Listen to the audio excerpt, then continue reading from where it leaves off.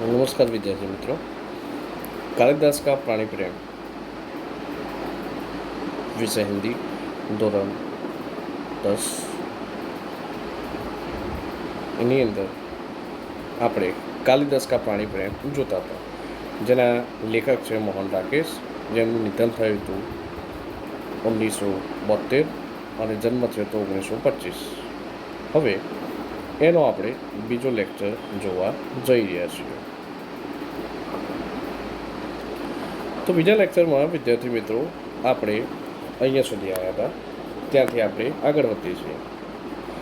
कालिदास, जहाँ तक मैं जानता हूँ हम लोग परिचित नहीं. तुम्हारे का परिचित घर में आने का साहस कैसे हुआ? दंतुल, कैसे आकस्मिक बात है कि ऐसा ही प्रश्न मैं तुमसे पूछना चाहता था. हमारा कभी का परिचय नहीं, फिर भी मेरे बाण से हाथ अरिण को उठा ले आने में तुम्हें संकोच नहीं हुआ?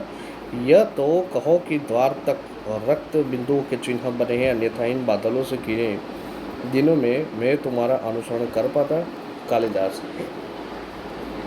देख रहा हूँ कि तुम इस प्रदेश के निवासी नहीं हो. दंतुल, मैं तुम्हारी दृष्टि की प्रशंसा करता हूँ. मेरी वेशभूषा ही इस बात का परिचय देती है कि मैं यहाँ का निवासी नहीं हूँ. कालिदास, मैं तुम्हारी वेशभूषा को देखकर नहीं कह रहा. दंतुल, तो क्या मेरे ललाट की रेखाओं को देखकर जान पड़ता है? चोरी के अतिरिक्त सामुद्रिक का भी अभ्यास करते हो? मल्लिका, तुम्हें ऐसा लांछन लगाते लज्जा नहीं आती? दंतुल, क्षमा चाहता हूँ देवी, परंतु यह हरिण साहब जिसे बाहों में लिए है मेरे बाण से आहत हुआ है, इसलिए यह मेरी संपत्ति है. मेरी संपत्ति मुझे लौटा तो दोगी? कालिदास, इस प्रदेश में हरिणों का आखेट नहीं होता राजपुरुष. तुम बाहर से आए हो, इसलिए इतना ही पर्याप्त है कि हम इसके लिए तुम्हें अपराधी न माने. दंतुल, तो राजपुरुष के अपराध का निर्णय ग्रामवासी करेंगे. ग्रामीण युवक, अपराध और न्याय का शब्दार्थ भी जानते हो? दंतुल कालिदास से कहते हैं कि तो राजपुरुष के अपराध का निर्णय ग्रामवासी करेंगे. ग्रामीण युवक अपराध और न्याय का शब्दार्थ भी जानते हो? कालिदास, शब्द और अर्थ राजपुरुषों की संपत्ति है, जानकर आश्चर्य हुआ.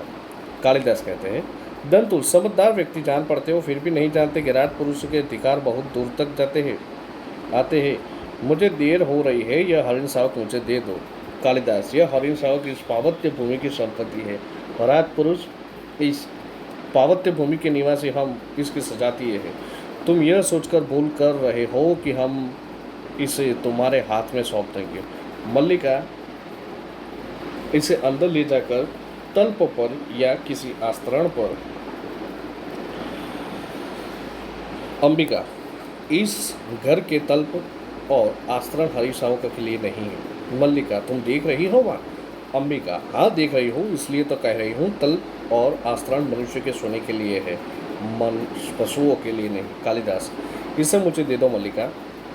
दंतुल, और राजपुरुष दंतुल तुम्हें ले जाते देखता रहेगा. कालिदास, यह राजपुरुष की रुचि पर निर्भर करता है. दंतुल, राजपुरुष की रुचि अरुचि क्या होती है? संभवत इसका परिचय तुम्हें देना आवश्यक होगा.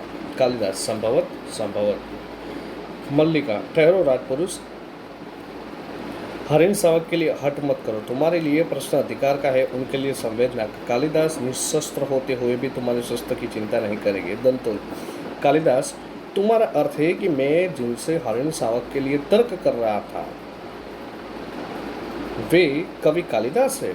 मल्लिका, हाँ, परंतु तुम यह कैसे जानते हो कि कवि कालिदास कवि है? दंतुल, कैसे जानता हो?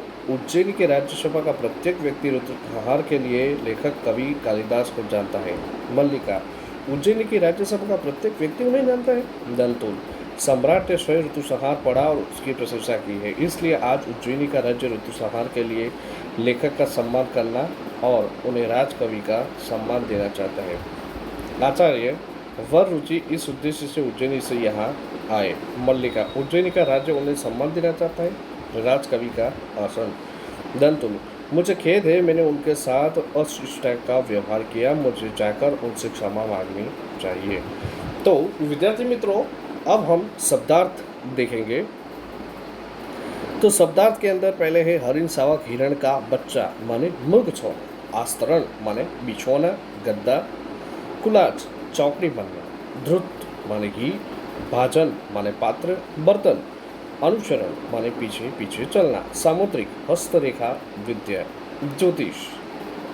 आखेट माने शिकार, पार्वत्य माने पर्वतीय, अपवाद माने निंदा, व्यथित माने दुखी, तल्प माने सैया, अटारी। तो विद्यार्थी मित्रों, ये पाठ यहीं पे खत्म होता है। तो आपको नोट के अंदर शब्दार्थ और स्वाध्याय को लिखना है।